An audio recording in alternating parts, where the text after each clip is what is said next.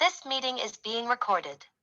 Hello, everyone, and welcome to APH's virtual ExCEL camp.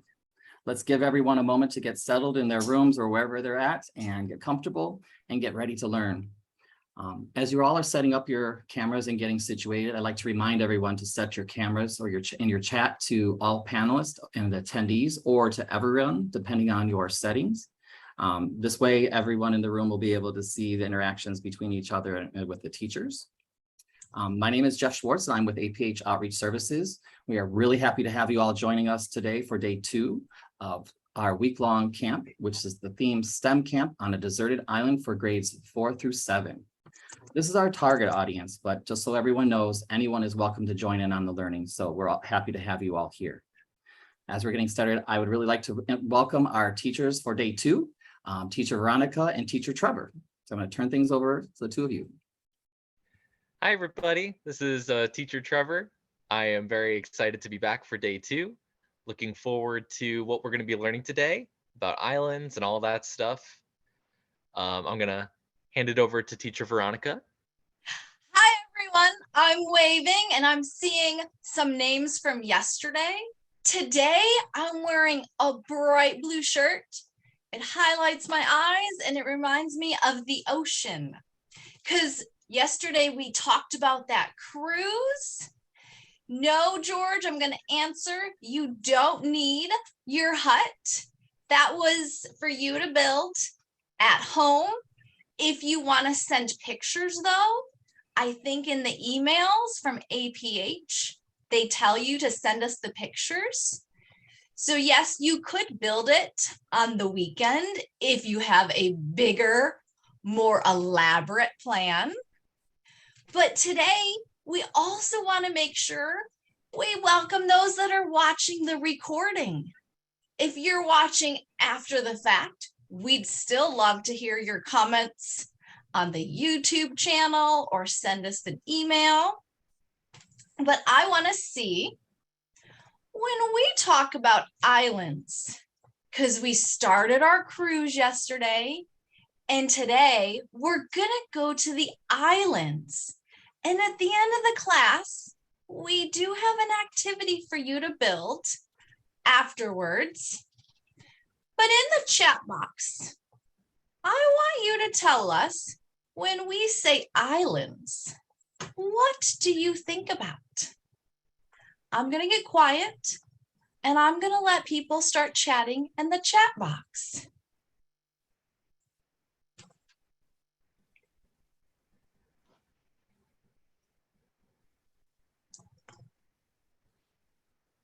I'm seeing some answers come in. Pieces of land, water, a place everybody probably loves, Hawaii, a big rock. Oh, Martha's Vineyard. I'm gonna guess that person lives on the East Coast of the United States. Fish. Later this week, we're going to talk about some ways to use fish if an accident ever occurs while you're on your cruise ship. All right. Grass, sand, volcanoes, beaches. I saw Trevor's favorite word just show up in the chat box. So, good job. I'm going to close the chat box down and turn it back over to Teacher Trevor. All right. Hi, everybody. So, something we're going to be talking about today. Well, I guess first we should talk about our goals. So, our goals for today, we would like for all of us to be able to identify the traits of what makes land an island. We're going to compare and contrast 3 different types of bridges. And we are going to use tips for traveling on a cruise ship in the future. And that last part especially is where we're going to lead into first. So we have a wonderful resource here today that teacher Veronica and I found. His name is Chris, and he went on a cruise ship a few years ago, and he gave some advice on ways that he enjoyed his cruise, and he was able to offer his perspective on the cruise. He is visually impaired, and because of that, he has a lot of wonderful insight on ways that he was able to enjoy his time on the cruise. So, to start off, the first tip, he has 5 tips for us today. The first tip he has is to plan ahead. So, for some of us who are more familiar with public transportation, you can sometimes call a bus or someone to come pick you up, but you have to do it a certain amount of time ahead. Chris says with cruise ships, you need to plan weeks ahead, sometimes even more than that. And he says it's also worthwhile to contact the cruise directly. So to give them a phone call or send an email. And that is because sometimes cruise ships aren't sure what accommodations might be needed. And that would be a great opportunity for you to reach out and let them know exactly what would best help you have the best vacation on this cruise line. So that was a big point that Chris made. Another tip that Chris has is that different ports may have fewer accommodations. So he says some areas of the world, like Europe or the United States, tend to be pretty good with accommodations, but that other areas may not be prepared to offer them as easily. Chris says here, nobody knows your needs better than you. If you can, use Google Street View to become familiar with the various stops on your cruise.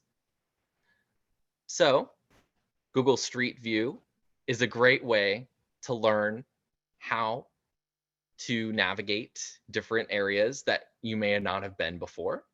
If you're able to use Google Street View, it's great. You can check for street crossings or tactile pavement. And he also says by looking at the different ports ahead of time, you can find out things that may or may not be as interesting. So if you are more interested in traveling, viewing different landmarks, or maybe going to a museum with audio description, that's where research can really help. Let's see. So another tip that Chris has, and I'm curious about chat, or maybe if someone wants to raise their hand and take a guess. Has anyone heard the term tendering before? Want to take a guess on what that means? And unfortunately, that doesn't have to do with chicken. I'm seeing some hands go up, Teacher Trevor. All right. Let's try Princess Eleanor. Princess Eleanor, can you unmute? Let's see. It's giving me the same issues. Can you unmute Princess Eleanor and talk to us?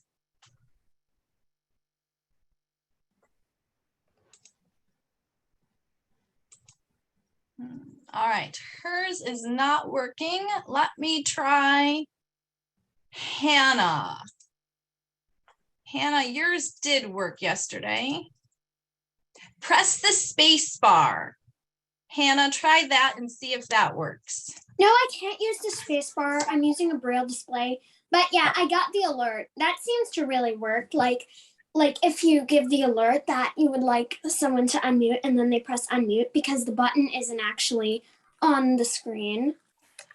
Thank you for teaching me, Hannah. That's what You're I welcome. needed. I was actually just about to write that in the chat. All right. It looks like some of you are giving some tips, but Hannah, can you answer Teacher Trevor's question? Well, I think tendering means like, well, I don't actually know, but I think it means something like launching, moving away from the dock, maybe? That is actually a great comparison. So much like you, Hannah, I didn't know what tendering was either, but I came to find out that tendering is where you're on your cruise and you get on a smaller boat that is able to move you from the cruise ship to the port. So you were absolutely right there that it does involve that movement. So that was a great hypothesis. So yeah, so that's the idea, is that you're moving between boats. And Chris says that you will almost certainly be required to use steps and cross the gap from the ship to the tender. The tender is the small ship, without crew assistance. So it might be worth looking up resources or getting some practice with that idea, because the cruise line will want to make sure that you are comfortable moving onto a tender if you are on a cruise. So another tip that Chris had, this is the fourth of 5, is to look up what sorts of things you can do at the ports. And Chris loves guided tours, looking up local attractions. And guided tours are great because you stay with the same group and you don't have to figure out public transportation in a whole new city. So that was the big point there for tip number 4. And then tip 5, he wanted you to really think about what kind of support you usually need from others in your group, or, you know, if you're traveling with others. So the cruise line is happy to help and make sure that you have the best time possible. However, the cruise line also, there are some things that they don't really do, and that can usually include walking with you at all times. Sometimes they're happy to walk with you, but being able to walk independently, as Chris says, is a really good skill. Personal care. So being able to use the bathroom, get dressed, eating, being able to do all of these things independently is absolutely an essential skill, right? And we know that whether it's on a cruise ship or off a cruise ship. And another thing, being able to navigate to the muster station, which is a funny word, and I wasn't sure what that was either, but basically a muster station is a safe place on a cruise to go in an emergency. So if there were a fire or something dangerous happening on the cruise, you need to be able to know how to get to a muster station. And yeah, well, that's a great point, George. And we will be talking about natural disasters more later in the week, actually. But tornadoes tend to be more of a land-based hazard. I think a more dangerous situation might be hurricanes. So yeah, a hurricane could be a situation where you'd want to know how to get to the muster station. So coming up next, we're going to have just a few minutes for Chris in a video to kind of talk to us about what his experience was like on a cruise ship. And as a warning, well, not so much a warning, but letting you guys know, Chris has a British accent. So it may be, you got to kind of tune your ears a little bit at first, and it is a little bit of low volume. So make sure you're paying attention and listening for Chris while he gives some of his advice. All right, so I'm going to start sharing that video.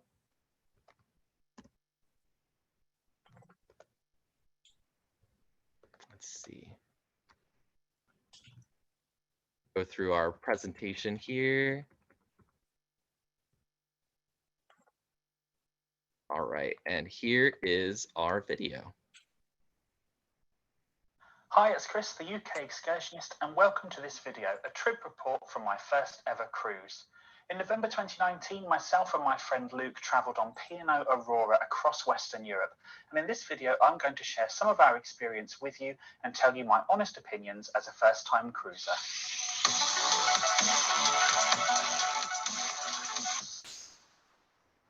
Luke and I go on holiday every year, but usually somewhere close to home like Scotland. The furthest we've ever been together is Dublin. In 2019, we decided we wanted to do something a bit different. I'd seen friends go on cruises before, but always assumed they were expensive, and we always liked to holiday on a budget. But a bit of research and some advice from friends, including Emma from Cruising Isn't Just for Old People, led us to discover the perfect cruise for us.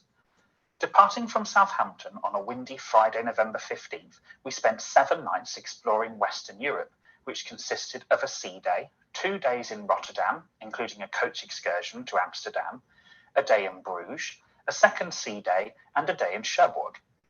This cost us £449 per person, or just over £64 per night, which I think, when you consider what's included in that price, accommodation, travel, food, some drinks, and entertainment on board the ship, is actually really reasonable. It definitely helped that we chose to travel in November, a time when the weather isn't great, but prices are lower. Besides the price, another reason we chose to sail with P&O Cruises was because neither of us are keen on getting dressed up in the evenings. But on Aurora, both of us regularly walked around the ship in jeans and a polo shirt and didn't feel out of place at all. But for those guests who were into all that glamour, the option was certainly catered for, with 2 black tie nights during our cruise. Given we were travelling in November, we decided we didn't really need a balcony or sea view cabin, so chose an inside cabin. We didn't intend to spend much time in it anyway. We had a whole ship to explore. But this option was totally fine. There was plenty of space for the 2 of us, lots of storage, pleasant decor, and our cabin steward Hector was fantastic. My only disappointment here was the bathroom. It did the job, but it was dated and the shower was very small. Aurora was a wonderful ship, well decorated and clean throughout, with an excellent range of facilities to suit everyone. My 3 favourite areas were the atrium, which was a grand central point to the ship and was decorated for Christmas during our cruise, the crystal pool, which was a lovely bright space to enjoy a drink, and also the indoor pool meant I could keep up with some of my exercise despite the cold weather, and the terrace pool, which provided great views off the back of the ship with seating arranged in tiered semicircles around the pool. Luke and I also liked the promenade deck, which ran the entire circumference of the ship. It made for a great place to watch sail-aways and a good place to go for a walk and burn off the many calories we'd consumed. One of my concerns when booking a cruise was having enough to do during evenings and sea days. My stereotypical view of a cruise was that everyone would be playing cards, learning to dance, and sipping cocktails as they played bingo. But whilst all these activities were available on board, so were many others. We saw the film Bohemian Rhapsody in the cinema, which was really good, and the seats were very comfortable. We also watched a magic and illusion show presented by Stephen Mulhern called Astonishing, which was really cleverly produced and thoroughly enjoyable. The holidays Luke and I usually take are often pretty intense, with a lot of sightseeing and travelling around, so it was actually quite nice to be on a holiday where we could just take things a little slower and really relax. We spent a lot of time on board pretty much doing nothing, and that was genuinely really nice. Food on board Aurora was excellent. Neither of us realised before boarding that the food in the buffet was different each night. Every evening we were greeted with a different theme, from British to Mediterranean and Indian, plus lots in between. There was something for everyone. Because of this, we never actually visited any of the main dining rooms and ate in the buffet every night. But we didn't feel like we missed out by doing so, as there was always something new to try and plenty of choices available. It also meant we could eat whatever we wanted, whenever we wanted, at whatever speed we wanted, and it was great to have that freedom. Hi, it's Chris, the UK excursion. All right. So what I would like to do is share the link to that video in our chat so that if anyone is interested in watching more, we would love for you to check it out. Chris has a lot of great perspectives on not only things you do on the cruise, but also things you can do at ports. And it's a really cool, I mean, he's a great guide, you know. So moving on, I'd like to hand it over to teacher Veronica to move on to our next section. All right, but before we completely leave tour guide Chris, I want to point out a couple things he mentioned that fit with our ECC goals. Like he talked about, he didn't want to dress up. So he picked a cruise where he wouldn't have to have fancy formal clothes all the time. And that's one of your goals, is working on finding the clothes, planning and following a week's schedule. So he was mentioning, if you listened, some of your goals without even knowing it. And also, he didn't say it, but when you're on a cruise, one of your things, your goals, is working on speaking up when you're not happy, letting people know how things need to change as you navigate the ship.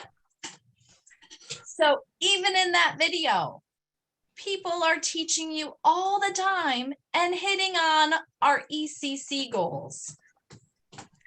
But I want to say, as we're taking this cruise, we all decided yesterday we didn't want to cruise to nowhere.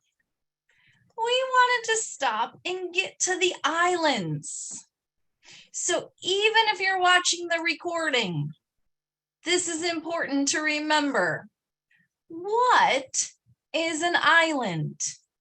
Don't say anything. Don't chat. Just think to yourself. We're not going to raise hands to answer it. How would you define an island? All right. Now that you have that definition, let me give you a very wordy definition. An island is an isolated piece of habitat that is surrounded by a dramatically different habitat. To me, that definition was too complicated. I think earlier when you were all answering, land surrounded by water is probably the best definition. Or a landmass in the middle of water. Mitchell says ocean, but you don't always have to have that be the ocean. Because we're going to show, Teacher Trevor and I are going to show you some islands today. Lavas, lakes, yes, you can even have a small island in the middle of a river. But one of the things that might get confusing, what's the difference between a continent and an island? Have you ever thought about that?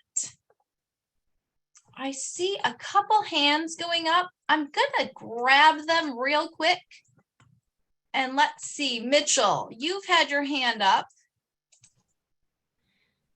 If you want to press the space bar. Hold on. Wait, I'm just looking at. Okay, I'm just making sure because a pop-up popped up on my screen. Anyway,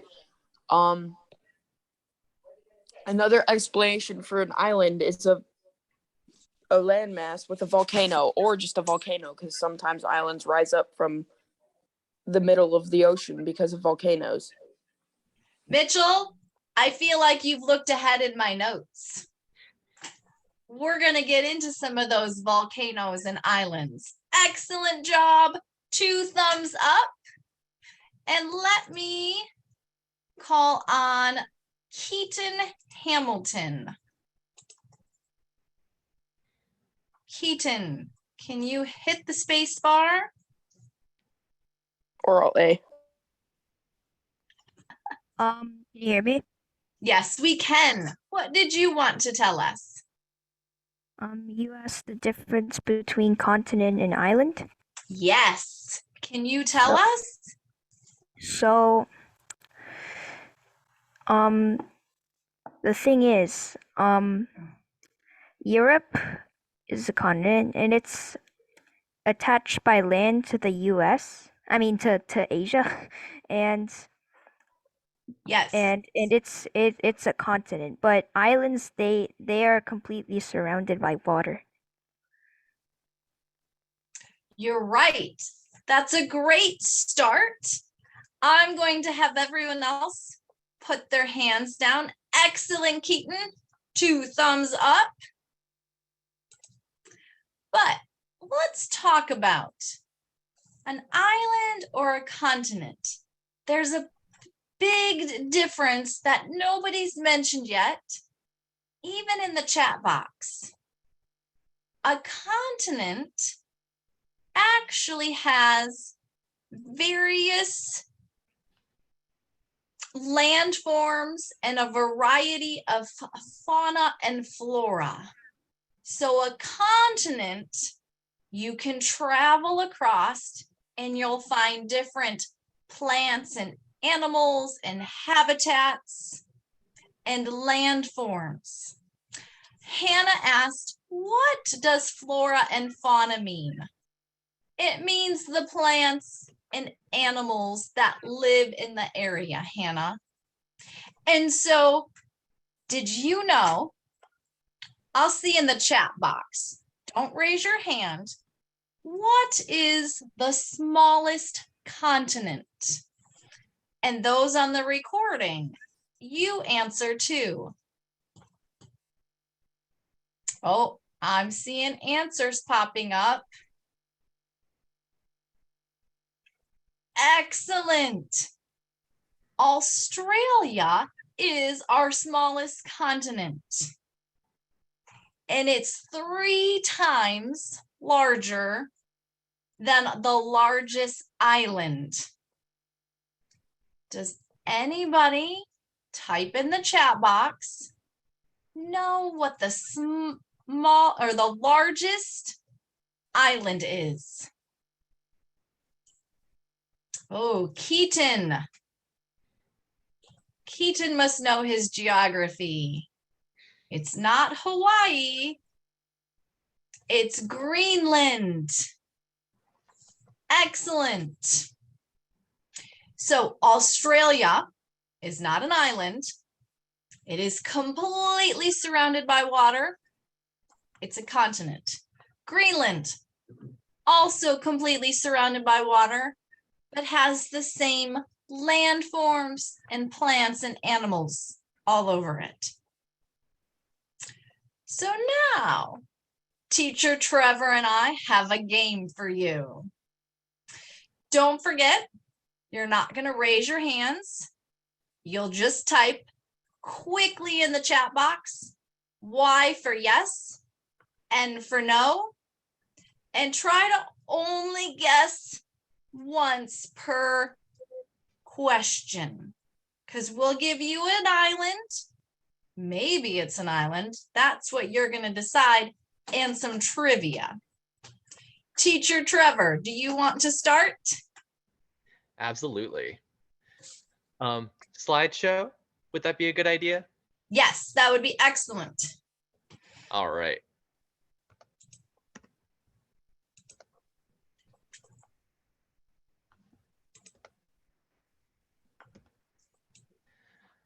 All right. So our first setting, our first place is Japan. So some fun facts about Japan is that it is almost as big as California. So almost as big as one of the largest US states. It is surrounded by water, and it has a population of 125 million people. So for the folks in our chat box and the folks watching at home on YouTube, would you say Japan is an island? Yes or no? You can do Y for yes or N for no. And teacher Veronica, if you could let me know how the chat box is going. I can't. They are mostly doing great. I'm seeing a lot of yeses. And that would be, oh, sorry. It is I do want to acknowledge it is a country, but it's a country that's on an island. Excellent. That is a fantastic point. Yep. And Japan is an island. All right. Nice job, everyone. So let's move on to number 2. Antarctica. Here's some fun facts. It's as large as the whole United States. It is surrounded by ocean water, but its population is fewer than 5,000 people. Is this an island? Yes or no?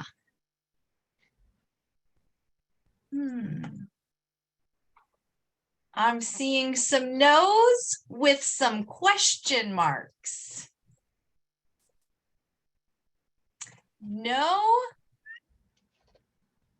Oh, Antarctica is a continent. It's not considered an island.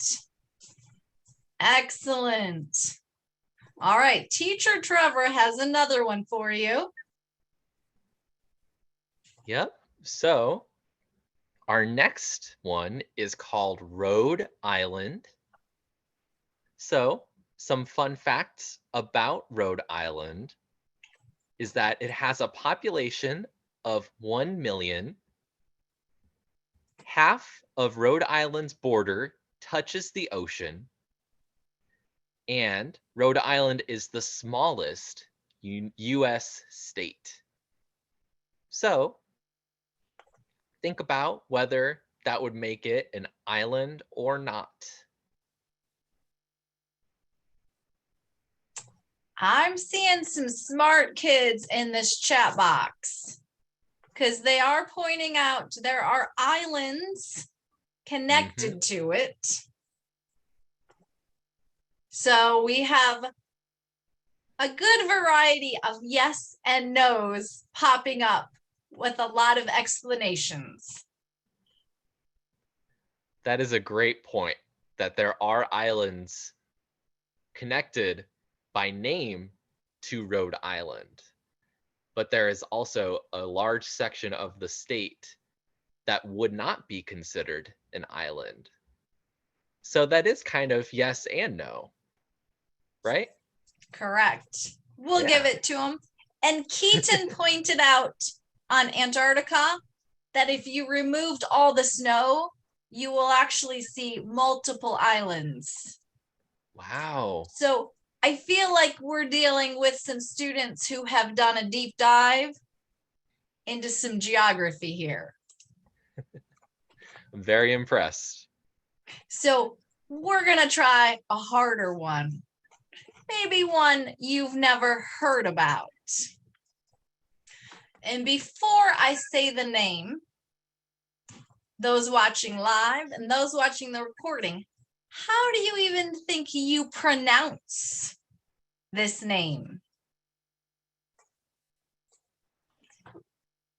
It's Mackinac Island. And I want to see in the chat box real quick, just some yeses if you've ever even heard of Mackinac Island. Oh, Hannah has. I'm seeing some no's, lots of no's.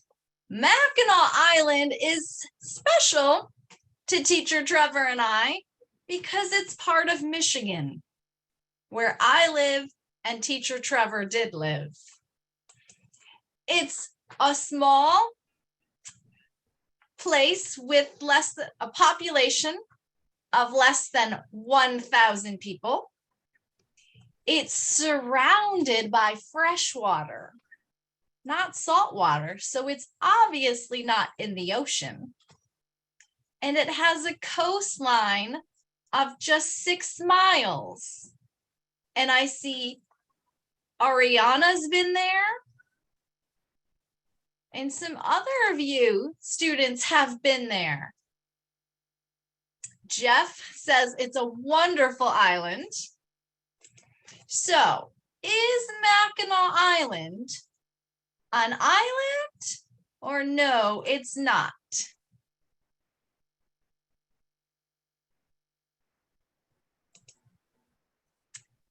I'm seeing a lot of yeses in the chat box. Excellent. Good job. Teacher Trevor has one more island, or not, that he even stumped me when we were preparing. Yeah. So our next one is a very interesting one called Palm Jumeirah. Now, Palm Jumeirah is located in Dubai. And what's interesting about it is that if you looked at the shape of Palm Jumeirah from hundreds of feet above, it almost looks like a palm tree or maybe a spider with a bunch of extra legs. It's a very, very interesting shape. And the reason why it has that shape is that it was made by people. So in Dubai, they took a bunch of sand and dirt and they built Palm Jumeirah in a saltwater area. So Palm Jumeirah is completely surrounded by water and it was made by people in Dubai. And it's mostly there for fancy houses and stuff like that. So I'm curious if that would be considered an island or not. What do we think?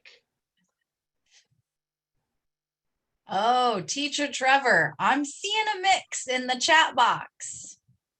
Some are saying yes, and some are saying no. So I think that Palm Jumeirah would definitely be an island. Even though it isn't made naturally, it is still land that is above water and completely surrounded by water. So even though it's got a really interesting, strange shape, and the dirt isn't even from the area, it's still considered an island. All right, so that would be the end of our island game. And our next section is we're gonna just talk about some really cool fun facts about islands. If Miss Veronica would like to take this next section.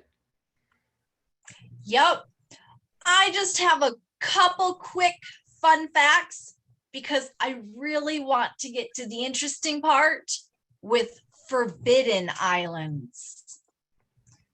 And most islands, or many islands, are actually less than 1 acre in size. So depending where you live, your property that your house sits on might be the average size of an island.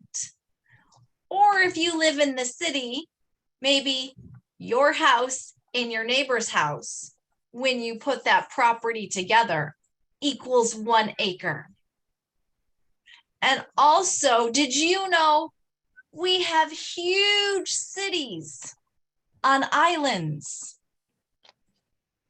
Without saying anything, think to yourself, can you think of a huge city that's on an island?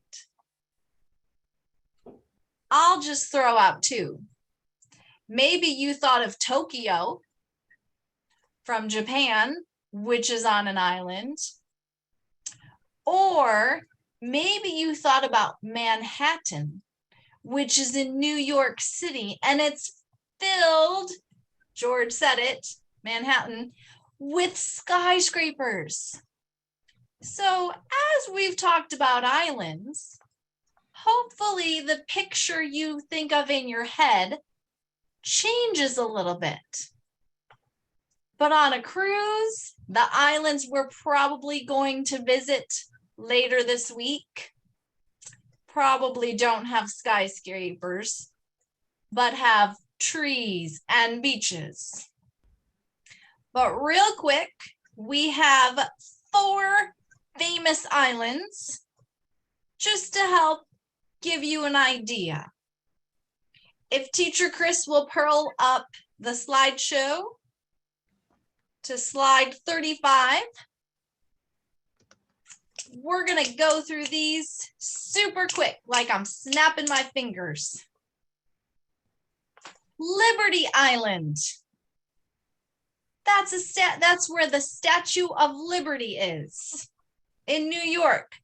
That's an island. There's also a cool fact I want to tell you about the Statue of Liberty. Her skin, the covering of the Statue of Liberty, is only as thick as 2 pennies. So next time you have some pennies, put 2 of them together, and that's how thick her skin is. Near Liberty Island is also Ellis Island, where immigrants would come into America. This was the largest station between 1892 and 1924. And the first immigrant to come through Ellis Island was a 15-year-old girl from Ireland. And I see some of you have visited both Ellis Island and Liberty Island. And let's go to the next island. Teacher Chris, did you want to talk about this one quickly? Absolutely. So, I would also like to say that I have been to Ellis Island and I love it. The history is amazing and the cultural importance is really cool too. But yeah, Easter Island. So Easter Island is most known for the Moai statues, which are these huge stone statues that were built and put all over the island by the culture that lived there 300 to 500 years ago.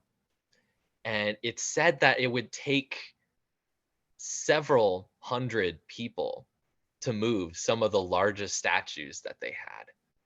And one theory is that they would wrap a rope around it, and then one side would pull, and then the other side would pull it back, so that the statue almost looked like it was waddling down the hillside. But the Moai statues are absolutely really cool. So if Teacher Veronica would like to talk about our next group of islands? Yes, the Galapagos Islands. And it's probably one you've heard of because that's where Charles Darwin studied. And there's species of animals that live there that don't live anywhere else in the world. And just to name a few, the marine iguana. And if you're like me and love lizards and reptiles, that's exciting to know. There's also the blue-footed booby, which is a bird. And just like its name says, its feet are blue. And there's also Galapagos penguins. But I'm going to close the chat down for right now. And we'll close out the slideshow. And we'll get to forbidden islands. So think to yourself, you watching live and you on the recording, what makes an island forbidden? It would be an island that a country has control over and closes it down for different reasons. So as we're going through, think if this reason came up in your mind. And most of these islands some are deserted for a very good reason. The first island is Surtsey. It's off the coast of Iceland. And as Mitchell said earlier, it was formed by a volcano. And it is considered the newest island on the planet. So Iceland's government shut down that island. So only a few scientists and geologists can go there to study it. So if you ever want access to forbidden islands, become a scientist or a geologist. Another island is the North Centennial Island in India in the Bay of Bengal. And this one is closed off. It's inhabited though. There are people who live there and they are so protective of their island and their culture. They will often get violent to outsiders. So in order to keep people safe, that island is now forbidden to outsiders. It is strictly prohibited, not allowed to have visitors. Did you think of that reason when you thought of a forbidden island? Or there's Heard Island, and it's between Madagascar and Australia and Antarctica. It is actually 2 active volcanoes. And so in order to preserve that area, the Australian government has restricted people from going there. So like Mitchell said, volcanoes can make islands. So in the next 50 years, we could maybe have some new islands. And then my favorite forbidden island is called Snake Island. Why do you think it's forbidden? It's called Snake Island. It's in Brazil. And it has about 4,000 golden lancehead, supposedly the deadliest snakes on the planet. They're pit vipers. And I see some of you have guessed that. There's so many snakes there, you wouldn't last long. And Samuel says he's heard of that. And the last island. Some people have said it looks like a beautiful dream with the golden sand beaches and the blue skies and the nice weather. It's a dream you never want to wake up from. And it's in Hawaii. It's called Niihau. And it's off limits to outsiders. And only one family lives there with their relatives and invited guests or government officials. So islands have a lot of different reasons for being forbidden or deserted. And so with that, Teacher Chris, we have just a few minutes left. Should we take some time to talk about our extension activity? I agree. Yep. So, I'm happy to talk about it. Great. All right. So for our extension activity, we are going to be building a bridge. Now, this does not have to be a bridge that you can walk across.